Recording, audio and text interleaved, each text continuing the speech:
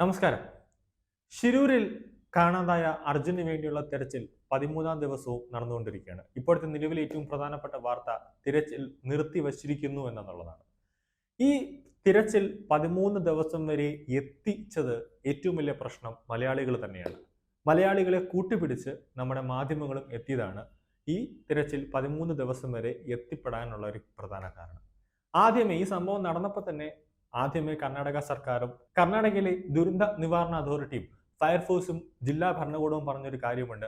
അർജുന്റെ ലോറി നദിയിൽ, അതായത് ഗംഗാ വാലിയിലാണ് പതിക്കാനുള്ള ഏറ്റവും പ്രധാന കാരണം.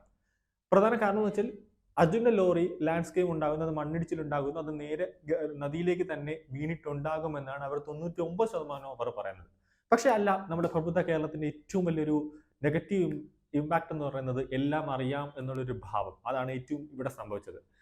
മലപ്പുറത്ത് നിന്നും കോഴിക്കോട് നിന്നും നമ്മുടെ കേരളത്തിൽ നിന്നും എത്തിയ കുറച്ച് പേര് പറഞ്ഞു ഇല്ല, മണ്ണിൽ തന്നെ ഉണ്ട് എന്ന അവരുടെ ഒരു വാക്കാണ് 5 ദിവസം ഈ ഒരു അന്വേഷണം മണ്ണിൽ തന്നെ കൊണ്ടുപോകാനായിട്ട് എത്തിച്ചത്. അതാണ് ഏറ്റവും വലിയൊരു പ്രശ്നമുണ്ടായത്. അവസാനം ആർമിയെ വിളിക്കുന്നു, പിന്നെ നേവി വരുന്നു. അതിൽ ഒരു നെഗറ്റീവ് ഇമ്പാക്ട് എന്ന് പറഞ്ഞു കഴിഞ്ഞാൽ കർണാടക സർക്കാർ ഉണർന്ന് പ്രവർത്തിച്ചില്ല എന്നതും എടുത്തു പറയേണ്ട ഒരു കാര്യമാണ്. കാരണം ഇത്രയും വലിയൊരു ദുരന്തം അവിടെ സംഭവിക്കുന്നു. ഒരു നില കെട്ടിടമോ അല്ലെങ്കിൽ ചെറിയ തോതിലൊരു മണ്ണിടിച്ചിലോ അല്ല ഉണ്ടാകുന്നത്. വലിയ തോതിലൊരു മണ്ണിടിച്ചിൽ ഉണ്ടാകുന്നു, കനത്ത മഴ ഉണ്ടാകുന്നു, അവിടെ ഇനിയും മണ്ണിടിച്ചിൽ വരാനുള്ള സാധ്യതയുണ്ട്. അപ്പോൾ ഒരു സംസ്ഥാന ദുരന്തം എന്ന് തന്നെ നമുക്കത് പറയാം. അത് മുന്നിൽ കണ്ടുകൊണ്ട് തന്നെ കർണാടക സർക്കാർ ആദ്യമേ തന്നെ ഇന്ത്യൻ ആർമിയെ അറിയിക്കണം. വ്യക്തമായ രീതിയിൽ ജില്ലാ കളക്ടറുടെ നേതൃത്വത്തിൽ അല്ലെങ്കിൽ കർണാടക ചീഫ് സെക്രട്ടറിയുടെ നേതൃത്വത്തിൽ ആദ്യം ചെയ്യേണ്ടത് റവന്യൂ വകുപ്പ് ഉൾപ്പെടെ കേന്ദ്ര മന്ത്രാലയത്തിന്, അത് കേന്ദ്ര ആഭ്യന്തര മന്ത്രാലയമായിരുന്നാലും അല്ലെങ്കിൽ മിനിസ്ട്രിയെ, കേന്ദ്ര സർക്കാരിനെ അറിയിക്കണം. ഇങ്ങനെ കർണാടകയിൽ ഒരു മണ്ണിടിച്ചിൽ സംഭവിച്ചിട്ടുണ്ട്, വലിയ ഫോഴ്സ് വേണം, എക്സ്ട്രാ ഫോഴ്സ് ആവശ്യമാണെന്നൊരു റിപ്പോർട്ട് കർണാടകയ്ക്ക് കൊടുത്ത് ഇന്ത്യൻ ആർമിയെയും എത്തിക്കേണ്ട ഒരു കാര്യമുണ്ട്. അല്ലെങ്കിൽ മണ്ണിടിച്ചിലിൽ ഒരാൾ കാണാതായിട്ടുണ്ട്, ലോറി ഉൾപ്പെടെ കാണാതായി, അപ്പോൾ ആർമിയെ വേണം, അതിനുള്ള എക്യുപ്മെന്റ്സുകൾ വേണം, നേവി വേണം, നാവികസേനയെ വേണം. ഇതെല്ലാം ആദ്യമേ കേന്ദ്രത്തെ അറിയിക്കേണ്ട ഒരു ഉത്തരവാദിത്തം കർണാടക സർക്കാരിനുണ്ടായിരുന്നു. സിദ്ധരാമയ്യ അത് കാണിച്ചില്ല. അത് അവരുടെ ഏറ്റവും വലിയൊരു നെഗറ്റീവ് ഇമ്പാക്റ്റ് ആണ് അതിൽ ഈ തിരച്ചിലിനിടെ സംഭവിച്ചത്. അതിനുശേഷം കേരളത്തിലെ മലയാളികൾ, എല്ലാം അറിയാം, എല്ലാം ഭാവിച്ചുകൊണ്ടിരിക്കുന്ന മലയാളി മാധ്യമ പ്രവർത്തകർ അവിടെ ചെല്ലുന്നു. കുറച്ച് സന്നദ്ധ പ്രവർത്തകർ എന്ന വേഷത്തിൽ, ചിലപ്പോൾ സന്നദ്ധ പ്രവർത്തകരായിരിക്കാം, ആ രീതിയിൽ അവർ പറഞ്ഞില്ല, മണ്ണിന്റെ അടിയിൽ തന്നെ ഉണ്ട്, അതേപോലെ ഏറ്റുപിടിക്കുന്നു. അവിടെ റേറ്റിംഗ് കൂട്ടാൻ വേണ്ടി, TRP കൂട്ടാനും വേണ്ടി ചാനലുകൾ കിടഞ്ഞ് പരിശ്രമിക്കുന്നു. അതിനുവേണ്ടി അവർ കണ്ണി കാണുന്നവരുടെ അടുത്തൊക്കെ ബൈറ്റ് എടുക്കുന്നു. അവർ പറയുന്നു ഇവിടെയാണ്, അവർ പറയുന്നു ഇവിടെയാണെന്ന് പറയുമ്പോൾ ആർമി, 5-ാം നാൾ ആർമി എത്തുന്നു, അവരുടെ ശ്രദ്ധ തിരിച്ചുവിടുന്നു. അവർക്കൊരു ശല്യമായി തന്നെ മാധ്യമങ്ങൾ മാറി എന്നൊരു കാഴ്ച. അങ്ങനെ 5 ദിവസം ആർമിയെ കൊണ്ടും നേവിയെ കൊണ്ടും മണ്ണിന്റെ അടിയിൽ JCB കൊണ്ട്, ഹിറ്റാച്ചി കൊണ്ട് തോണ്ടി കളിക്കുന്ന രീതി വരെ ഉണ്ടായി. അപ്പോഴും ആർമി എത്തിയപ്പോഴും ആർമി പറഞ്ഞൊരു കാര്യമുണ്ട്, വെള്ളത്തിൽ തന്നെയാണ്. അപ്പോഴും മലയാളികൾ ഉൾപ്പെടെയുള്ള മാധ്യമങ്ങൾ പറയുന്നു ഇല്ല, ഭാരത് ബെൻസിന്റെ ലോറിയാണ്, ലോറിയുടെ മേൽ മണ്ണിടിഞ്ഞ് വീണാൽ ലോറി അങ്ങനെ നിരങ്ങി വെള്ളത്തിലേക്ക് പോകാനൊന്നും സാധ്യത കുറവാണ്, മണ്ണിൽ തന്നെ ഉണ്ടെന്ന് മലയാളികൾ ഉൾപ്പെടെയുള്ള, അവിടെ രക്ഷാപ്രവർത്തനത്തിന് എത്തിയ മലയാളികൾ ഉൾപ്പെടെയുള്ളവർ പറയുന്നു. ഓക്കെ, ശരി എന്നുകൊണ്ട് ആർമിയും ഉൾപ്പെടെയുള്ളവർ മണ്ണ് ഹിറ്റാച്ചി കൊണ്ട് മണ്ണ് മാറ്റിക്കൊണ്ടിരിക്കുന്നു.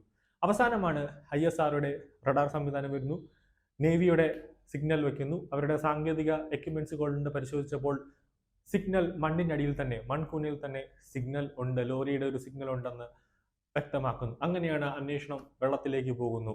അവസാനമാണ് ലോറി അവിടെ തന്നെ ഉണ്ട്, ആ പോയിന്റിൽ 4 പോയിന്റിലും ലോറി ഉണ്ട്, 4 പോയിന്റിലെ റഡാറിലും ലോറി ഉണ്ടെന്ന് വ്യക്തമായ ഒരു കണ്ടുപിടുത്തം നടത്തുന്നു.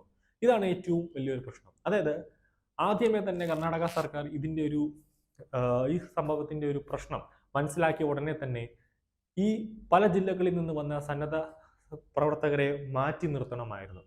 അവർ തന്നെ ആദ്യമായി ഇതിനെ ഒരു അന്വേഷണം നടത്തിയിരുന്നെങ്കിൽ ഇത്രയും നീണ്ടു പോകില്ലായിരുന്നു. അർജുനെ കണ്ടുപിടിക്കാൻ പറ്റും, ലോറി ഉൾപ്പെടെ നമുക്ക് കരയിലേക്ക് എടുക്കാൻ പറ്റുമായിരുന്നു. പക്ഷെ ഇപ്പോൾ ഏറ്റവും പ്രധാനപ്പെട്ട ഒരു വാർത്ത, ഇപ്പോൾ ഈ തെരച്ചിൽ നിർത്തിവെച്ചിരിക്കുകയാണ്. കാരണം ഗംഗാവലിയെ സംബന്ധിച്ചിടത്തോളം ഗംഗാവാലിയിൽ ശക്തമായ ഒരു അടിയൊഴുക്കുണ്ട്.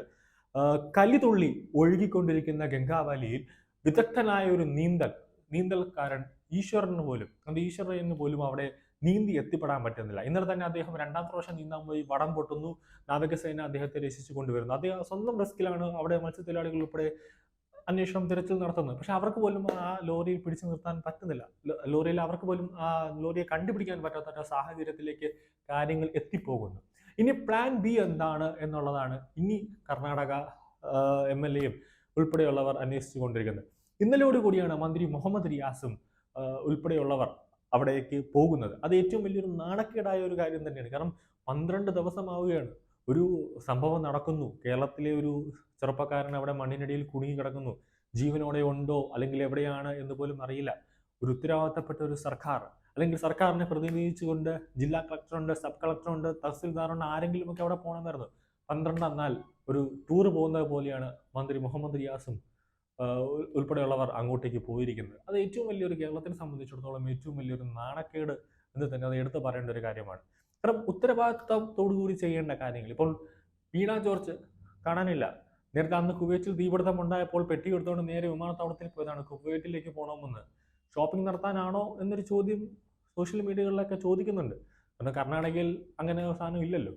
ഷോപ്പിംഗ് ഒന്നും നടത്താൻ പറ്റത്തില്ല. വീണ ജോർജ് ഒരർത്ഥം ഒരു വാ അനക്കുന്നില്ല എന്നുള്ളത് നാണക്കേടാണ്. ഇനി ഇങ്ങനത്തെ ഒരു സംഭവം ഉണ്ടാകുമ്പോൾ മാധ്യമങ്ങളെ കൂടുതലായിട്ട് തടഞ്ഞു നിർത്തുക. അവർക്ക് വേണ്ട ആവശ്യങ്ങൾ. ഈ ഒരു സംഭവം നടത്താൻ മാധ്യമങ്ങളെ ഒരു 1/2 കിലോമീറ്റർ മുമ്പാകെ വടം കെട്ടി ബാരിക്കേഡ് വെച്ച് തടഞ്ഞു നിർത്തി അവർക്ക് എന്താണോ മെയിൻ കണ്ടന്റ് കിട്ടുക അതിൻ്റെ പ്രസ് റിലീസ് കൊടുക്കുക, അല്ലെങ്കിൽ പോയിന്റ് അവർക്ക് ലൈവായിട്ട് പറഞ്ഞു കൊടുക്കുക. അതാണ് വേണ്ടത്. അല്ലാതെ ഈ സ്പോട്ടിലേക്ക് മാധ്യമങ്ങളെ എത്തിച്ചതിൻ്റെ ഒരു പ്രശ്നം അല്ലെങ്കിൽ എത്തിച്ചതിൻ്റെ ഒരു കുഴപ്പമാണ് ഈ തെരച്ചിൽ തന്നെ തടസ്സപ്പെടുത്താനുള്ള ഒരു പ്രധാന കാര്യമായി എത്തിയതെന്ന് തന്നെ പറയാം. റേറ്റിംഗ് കൂട്ടാൻ വേണ്ടി, ചാനലിൻ്റെ റേറ്റിംഗ് കൂട്ടാൻ വേണ്ടി ഒരു ക്യാമറാമാൻ അല്ലെങ്കിൽ ഒരു റിപ്പോർട്ടർ, 1-2 റിപ്പോർട്ടർ എത്തേണ്ടടുത്ത് 10ഉം 12ഉം റിപ്പോർട്ടർമാരെത്തുന്നു, ലൈവ് പാക്ക് എത്തുന്നു, ക്യാമറ എത്തുന്നു. ഏത് രീതിയിലും ചാനലിൻ്റെ റേറ്റിംഗ് 1ാം സ്ഥാനത്തെത്തുക. ഫേസ്ബുക്കിലും യൂട്യൂബിലും അതുപോലെ തന്നെ TV-യിൽ 1ാം സ്ഥാനത്തെത്താൻ വേണ്ടി കിടന്ന് പരിശ്രമിക്കുന്ന ഇതുപോലത്തെ 3rd ക്ലാസ് ജേർണലിസ്റ്റുകളാണ് നാടിൻ്റെ ശാപം എന്നത് അടിവാരിയിട്ട് പറയുക.